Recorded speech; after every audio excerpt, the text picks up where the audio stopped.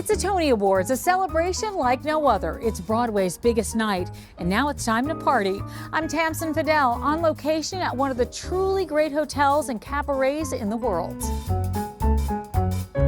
Welcome to New York City's historic Carlyle Hotel. It's one of the awesome places where Broadway's biggest stars come to party all night long, right after the Tonys. It's exclusive VIP access, but this is just one of the Tony Night celebrations around New York City.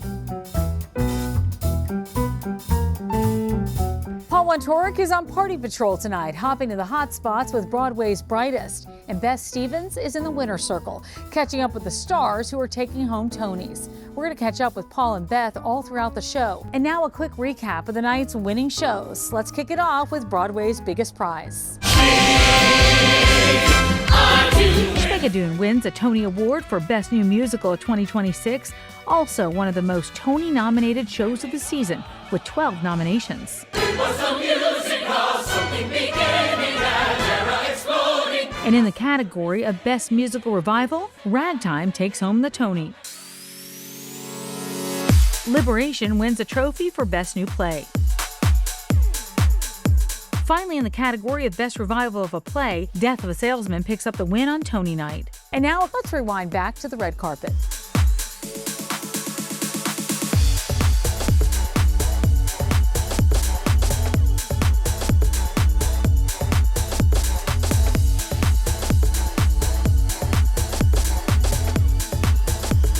And we're going to take a closer look at the red carpet fashion of the Tony Awards coming up in just a few with Charlie Cooper and style expert George Brescia. And now, without further ado, it's party time. So let's go ahead and head inside.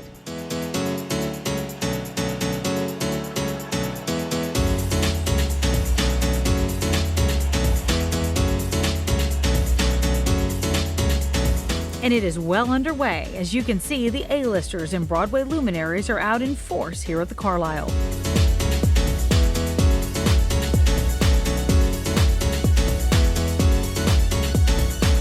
But right now, I want to take a few seconds to flash back to just before the festivities got going.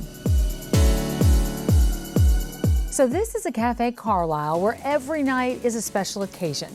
It's the last great supper club in New York. For more than 70 years, the cafe has hosted world-class musical performances, many of them at this very piano. It's the place where the great Bobby Short was a 3-decade fixture. You might see someone like actor Jeff Goldblum play a little jazz here. And it's also a place to get up close with the Broadway stars. Tony winner Patina Miller just wrapped up a stint at the cafe. And later this month, Megan Hilty is here. In December, Tony winner Kelly O'Hara takes the stage at Cafe Carlyle. For now, back to the party.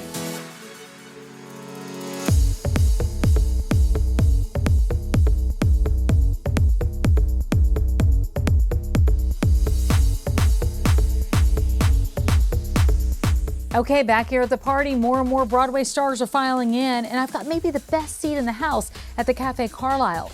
But let's talk Tonys, because it is Broadway's biggest night, and Paul Wontorek is checking out some of the other happenings around town.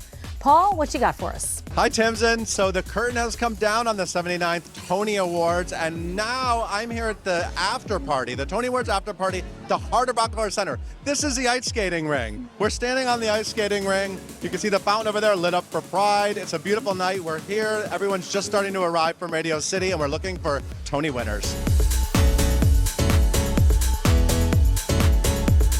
Well, welcome to the after party, you guys. Did you have a great time? Rosie, what was it like? Oh, it was the best one I've seen in many, many years. I think Pink was the perfect host. She didn't miss a beat. She did Fosse, she did Chicago. She belts like nobody's business, and she could curl 5,000 people at Radio City with ease. Bravo, Alicia. Bravo. I mean, you're one of the best Tony hosts ever, so that's a rave review. Rave. I thought she was stupendous. Handing the Tony to a new person, it's not like Miss America. You don't actually hand it to the next winner, but you finished your reign tonight. You won a year ago, and Joshua Henry, you got to present it. Joshua Henry, what was it like to watch him have that moment? Very, very, very special. I think anybody who's been in this community long enough, you create these relationships personally and professionally. Josh and I have been friends for a while. We've talked for a long time about Ragtime. I cannot tell you the amount of times in the past gosh, decade and change where I'm just bugging him at parties going, when are you going to be Call House? When's that happening? I'm working on it, and knowing how much this means to him and getting to literally and figuratively pass him the thing was really special for me. And also, I didn't really have to work tonight. I worked way too hard last year. I can hang out. I've never been in the audience, and today was the first time. That's amazing. Yeah. It's way more fun. It's way more fun. You got to bring your Mama Morton to a big audience. I saw it on Broadway, but you got to bring it to a big TV audience. Yes, I got to do it in front of too many people. All the millions that Center stage, what a moment. Baton pass from Queen Latifah to me. I said, who am I? And why am I so lucky? Who am I? And you also got some fabulous onstage moments. Of course, you were nominated for your hilarious performance in Titanic. What was it like to perform? Honestly, I think I was really grateful to perform because it kind of took my brain off the inevitable. And doing the opening, doing the hour medley, it kind of just kept me busy. Because otherwise I'd be sat there just put me out of my misery. Do you know what I mean? Yeah. So very grateful. I got to perform with Pink.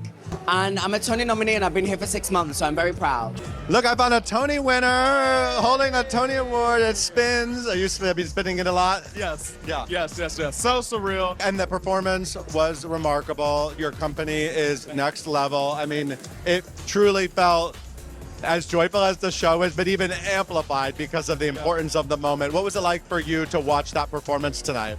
To just see the energy in my cast on that stage, to see literal superhumans project a kind of queer and Black joy into the homes of hopefully millions of people.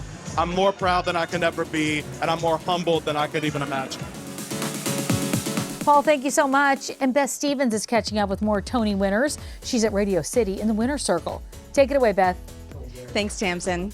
I'm here at Radio City Music Hall backstage talking to the winners on Broadway's biggest night. What was it about this show that you fell in love with? I think the fact that it was hard jokes and funny, but also that there was a warmth to it right from the beginning, and there's a kind of optimism.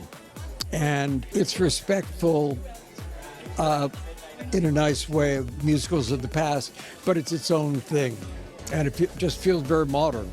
So what does it mean to you now that you're standing here? What was your proudest moment with all of this? I mean, it's a pact, but to have my family there, to have my first voice teacher there, who honestly, she's the reason why I got into this. To be able to honor her from when I was 17 years old in the biggest way possible around the world, in the biggest night of theater. That, actually. You've had a long history on Broadway, on the screen. What does it mean to you to come back to Broadway and be embraced by Tony voters this year? It's extremely special. You know, when you're away for, it's been 5 or 6 years. 5 years is a long time on Broadway. The generations change very quickly. I don't know so many of these talented people. And this big explosion of wonderful new shows toward the end of this season. Just so much creative energy among people I've never heard of. It's thrilling. The party's just getting started here at the Carlyle. More Tony Awards coverage after the break.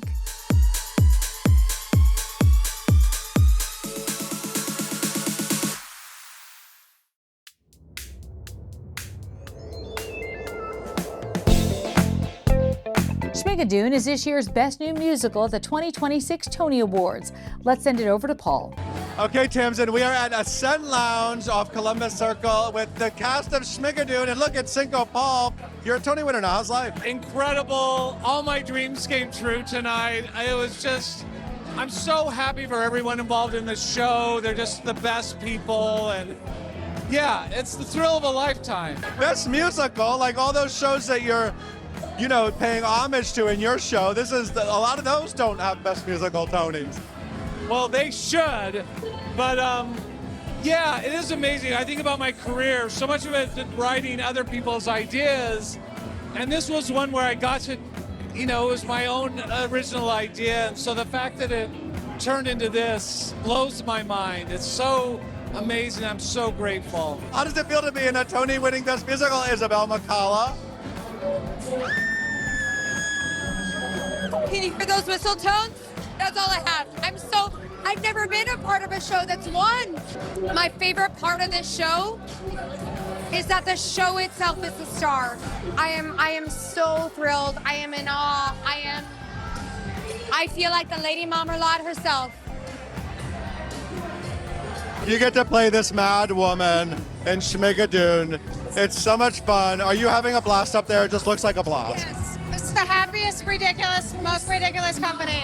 I'm having a blast. It's a really hard number, but it's getting easier week by week, and I love it. I love our show. I love living in Schmigadoon. I love it. And now let's talk about red carpet fashion with Charlie Cooper. We are here at the gorgeous Radio City Music Hall for all of the excitement, but of course, to discuss what the celebs wore today on the red carpet, or dare I say the blue carpet. Honey, they brought it in spades. These people came to win today. I mean, this carpet was insane. It was. Wait, first and foremost, who are you wearing? I mean, I'm kind of loving. Do you love? I absolutely love. I know the little white dinner jacket number. This is Robbie & Co. This is like a haberdashery that's on 36th Street. Yes. It is everything. Mr. Robbie knows what he's doing. So, Mr. Robbie, mwah. Love it. And who love are it. you wearing, baby? It's vintage, baby. Okay, it is vintage. Yes. But listen, we didn't even plan our outfits. It's that mind Great connection. minds. Exactly. Great minds think alike. So, George, of course, we have to start with the hostess, with the mostess, Pink, because she looks completely fabulous on the carpet tonight. Didn't she bring it? I mean, it was just so gorgeous. That black sequin with all those feathers and the blue flower in her.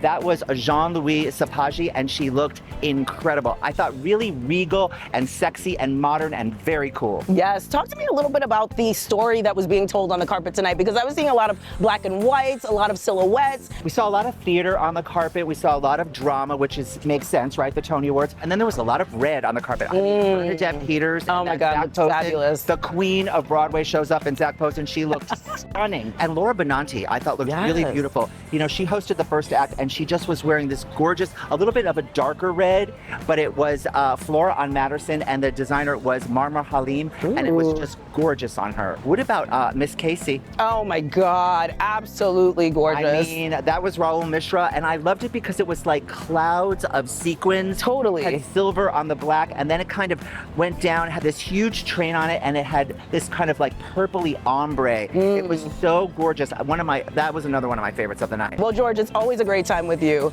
I love being with you. This is like our yearly tradition. I know. Same time next year? Same time next year. I love it. I love it. I'm with her. Anywhere Charlie goes, I go. Don't be jealous. I'll take it. I'll take it.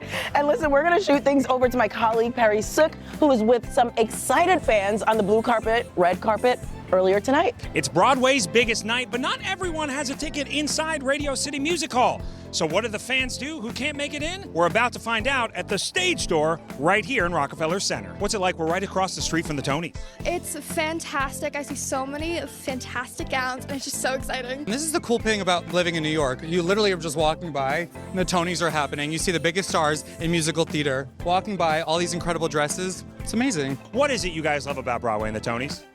Seeing everyone, the fashion especially. I love the different art forms it brings together and all the different people. It's fantastic. Broadway bringing people together, guys. That's all you can ask for on Broadway's biggest night. The Broadway Show is back in just a sec.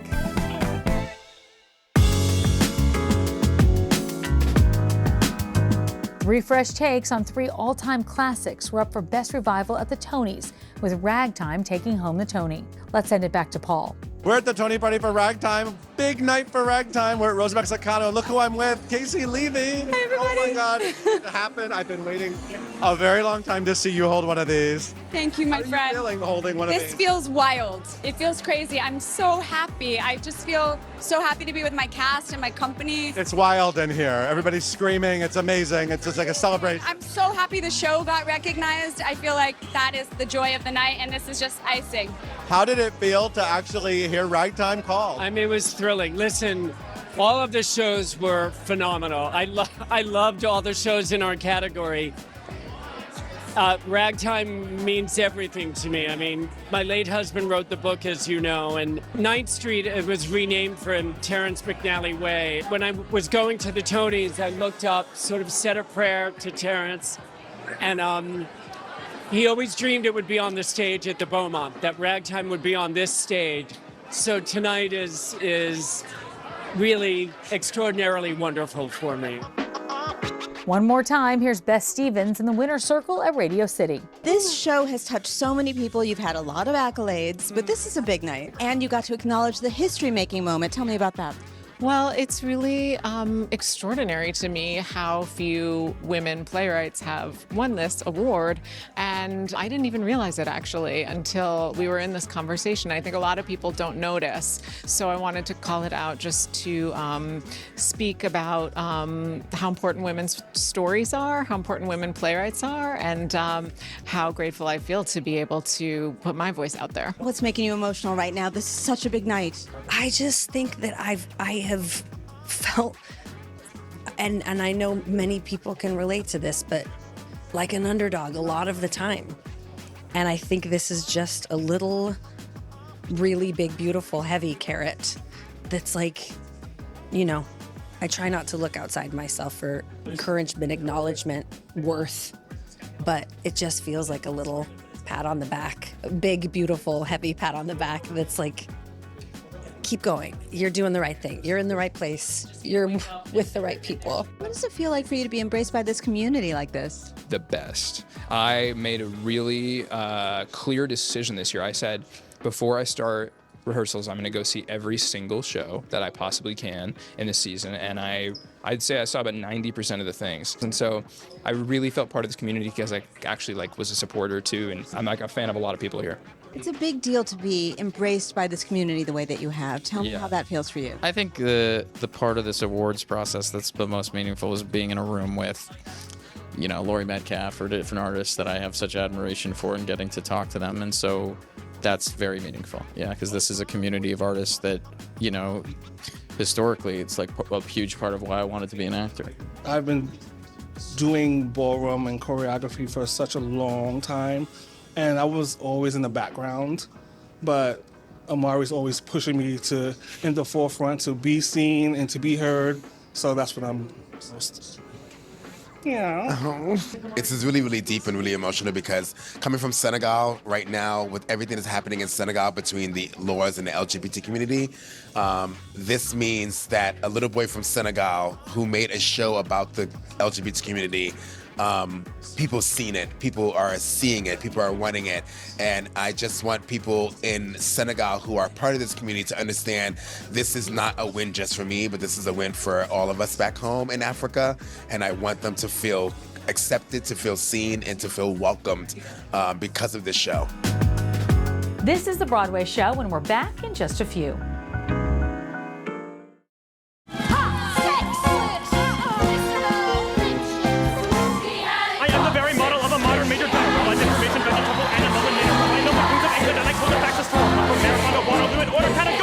The Jimmy Awards. It's a huge and amazing event that happens in New York City every year, featuring the absolute best of the best musical theater talents from high schools all across America.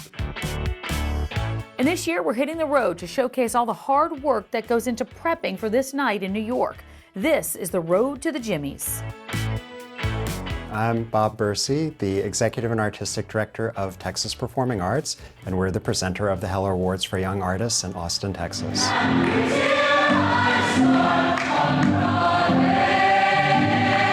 What we want to do in Austin is have opportunities available to our students in Central Texas that are the same as they could find in any big city around the country or even similar to what they could find in New York. The Heller Awards for Young Artists is a big ceremony, so we're working with 40 high schools from 28 different districts throughout Central Texas. So in our ceremony, we're going to put more than 600 students on stage.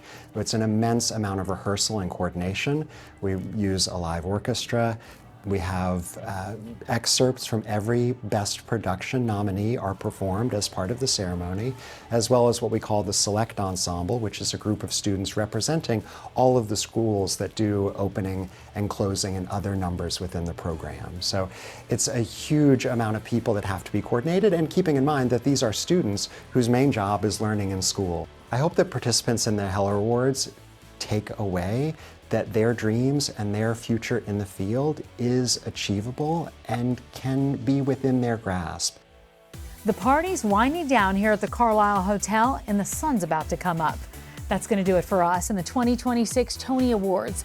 But for tickets to all the Tony-winning shows and more, head over to Broadway.com. And until next time, from the Carlyle Hotel, I'm Tamsen Fadal.